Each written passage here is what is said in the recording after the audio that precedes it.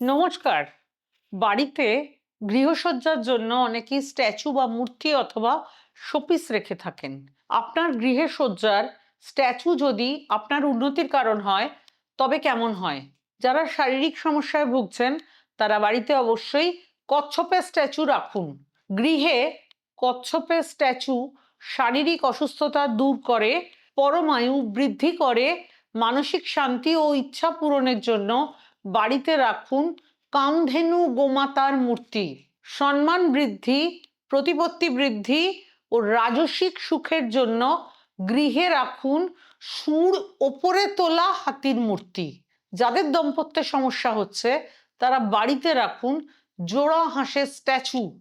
এতে সম্পর্ক ভালো হয়, প্রেম বৃদ্ধি পায়।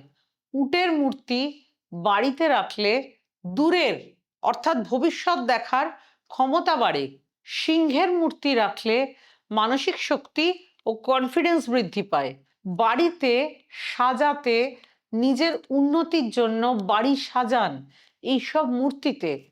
নমস্কার।